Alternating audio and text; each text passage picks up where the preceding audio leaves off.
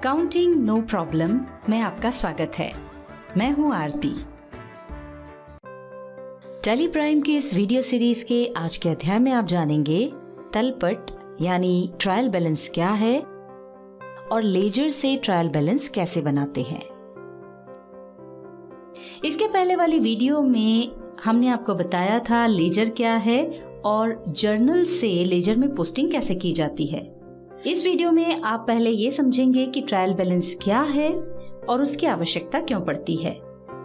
Trial balance laser के सभी accounts से ज्ञात किए गए डेबिट तथा क्रेडिट पक्षों के योग के पश्चात निकाले गए अंतर की एक सूची है। इसका मतलब ये हुआ कि ट्रायल बैलेंस हमारे द्वारा बनाए गए सभी अकाउंट को समराइज करता है। यदि हमसे पोस्टिंग में कोई गलतियां हो गई हों तो उन्हें भी हम ट्रायल बैलेंस के द्वारा पकड़ सकते हैं। ट्रायल बैलेंस की आवश्यकता मुख्यतया दो कारणों से होती है। पहला कारण, कई बार ऐसा होता है कि हम अपने व्यवसाय का अध्ययन करने के लिए सभी खातों की स्थिति एक साथ देखना चाहते हैं, यानी हमारे जितने भी अकाउंट्स हैं उनका जो भी डेबिट या क्रेडिट बैलेंस है वो हम एक साथ एक स्थान पर देखना चाहते हैं। दूसरा कारण है, जैसा कि हम जानते हैं, डबल एंट्री सिस्टम के सिद्धांतों के अनुसार प्रत्येक ट्रांजैक्शन की दो जगह एंट्री की जाती है, एक डेबिट पक्ष में, दूसरी क्रेडिट पक्ष में। दोनों पक्षों में लिखी जाने वाली रकम एक ही होती है। अब यदि हम ये जानना चाहते हैं कि हमने डबल एंट्री सिस्टम की सहायता से जो जर्नल तैयार किया है उसमें या लेजर में जो पोस्टिंग की है उसमें कोई गलती तो नहीं हुई है, तो इसके लिए किसी एक स्थान पर सभी खातों के जो भी बैलेंस हैं, जैसे यदि खाते का डेबिट बैलेंस है तो उसे डेबिट साइड में और यदि खाते का क्रेडिट बैलेंस है तो उसको क्रेडिट साइड में लिख लेंगे। लिखने के बाद डेबिट और क्रेडिट साइड के दोनों पक्षों का जोड़ लगाने पर वो बराबर होना चाहिए। अगर दोनों पक्षों का जोड़ नहीं मिलता है तो दो बातें हो सकती हैं। पहली, या तो हमने जर्नल में दोनों पक्ष में एक समान अमाउंट नहीं डाले हैं या जर्नल से लेजर में पोस्टिंग करते वक्त कहीं गलती हो गई है, जिसे हम ढूंढकर यानी रीचेक करके दूर कर सकते हैं। आइए, हमने जो लेजर तैयार किया है उनमें खातों में जो भी शेष है उसके आधार पर ट्रायल बैलेंस शीट तैयार कर लेते हैं। देखिए, हमारे कैपिटल अकाउंट में क्रेडिट बैलेंस 1 लाख रुपए है, तो इसे हम ट्रायल बैलेंस शीट में क्रेडिट में लिख लेते हैं। अब अमाउंट लिखने के बाद लेजर से जिस अमाउंट को हमने बैलेंस के रूप में लिया है उसे पीला कर देते हैं।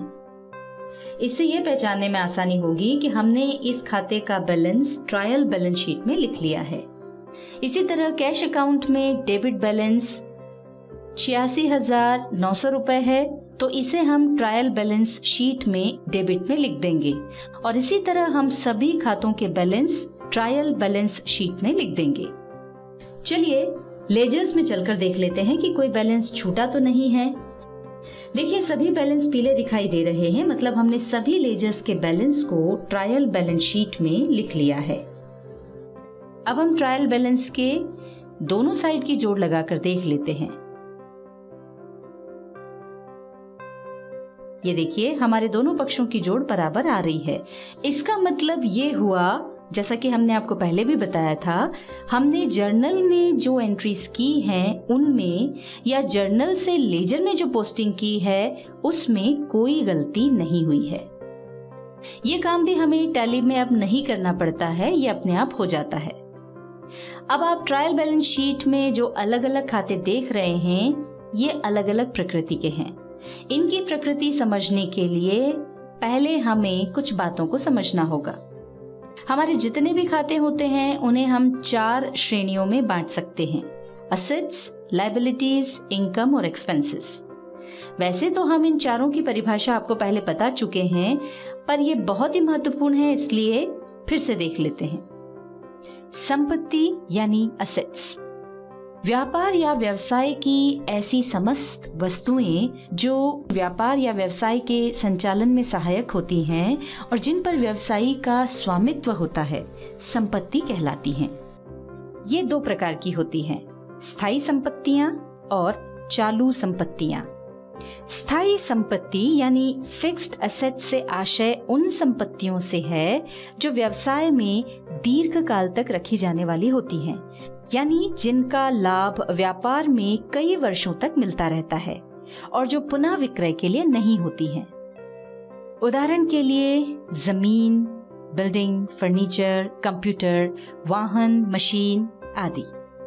और चालू संपत्ति से आशय उन संपत्तियों से है जो आमतौर पर 1 वर्ष से कम समय में उपयोग की जाती हैं, यानी जो लंबे समय तक व्यापार में नहीं रहती हैं, जैसे नकदी या जिन्हें आसानी से नकदी में बदला जा सके, जैसे देनदार, बैंक बैलेंस, स्टॉक इत्यादि। अब हम बात करते हैं दायित्व यानी लायबिलिटीज की।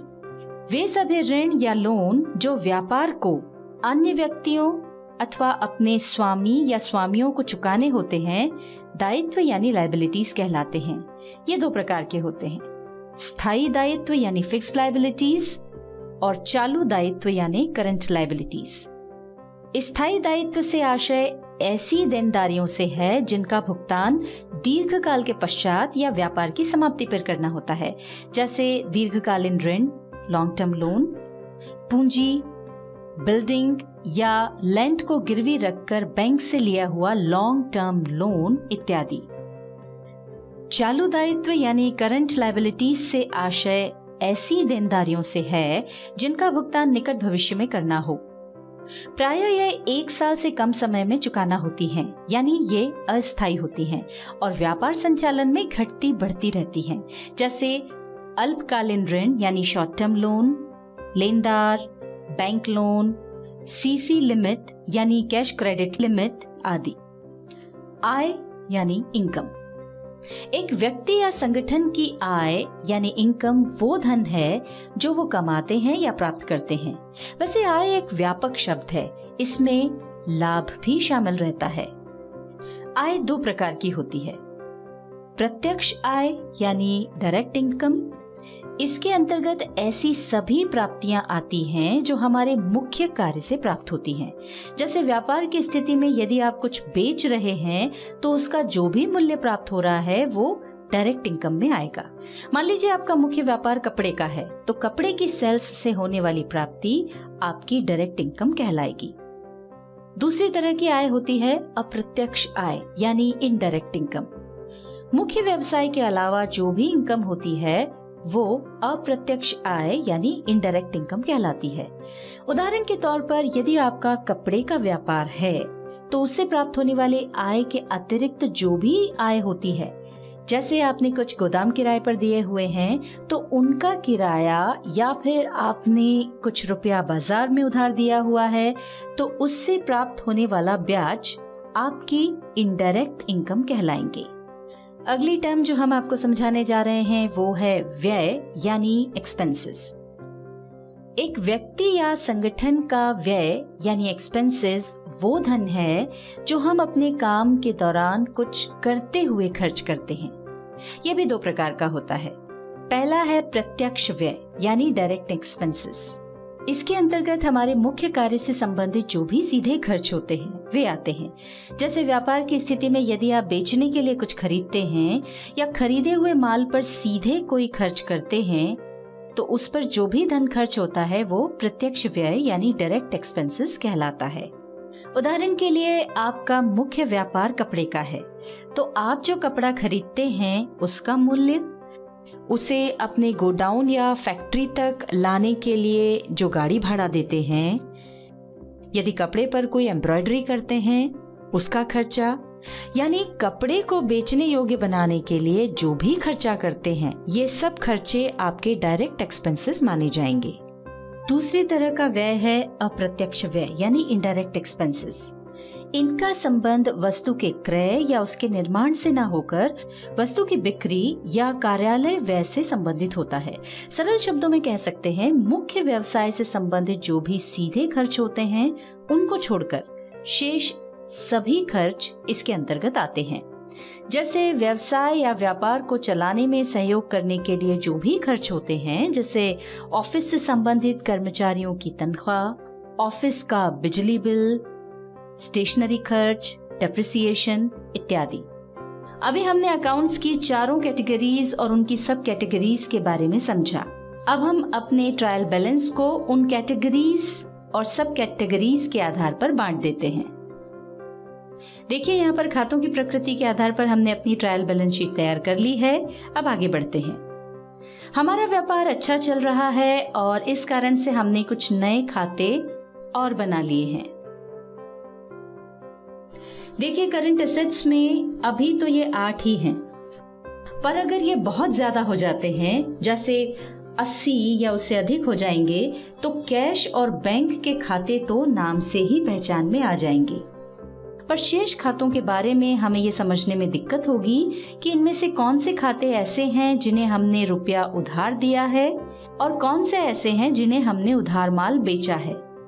भविष्य में आने वाली इस समस्या का समाधान ये है कि हम इन खातों को छांटकर एक जैसे खातों को एक स्थान पर रख दें और उनको कुछ नाम दे दें। ऐसा करने से हमें खाते किस तरह के हैं ये पहचानने में आसानी हो जाएगी। उदाहरण के लिए, अभी हमारे पास करंट एसेट्स में जो 8 खाते हैं, उनमें से एक खाता कैश का है, 2 बैंक के हैं, एक खाता ऐसा है जिसे हमने रुपया उधार दिया और 4 खाते ऐसे हैं जिन्हें हमने उधार माल बेचा है। हम इन सभी खातों को हेडिंग दे देते हैं। इन हेडिंग्स को हम ग्रुप भी कह सकते हैं। ग्रुप से तात्पर्य है एक जैसी वस्तुओं या खातों का एक स्थान पर रखा होना। ये देखिए, अब हमारी बहुत ही सुंदर और समझने में सरल ट्रायल बैलेंस शीट बन गई है।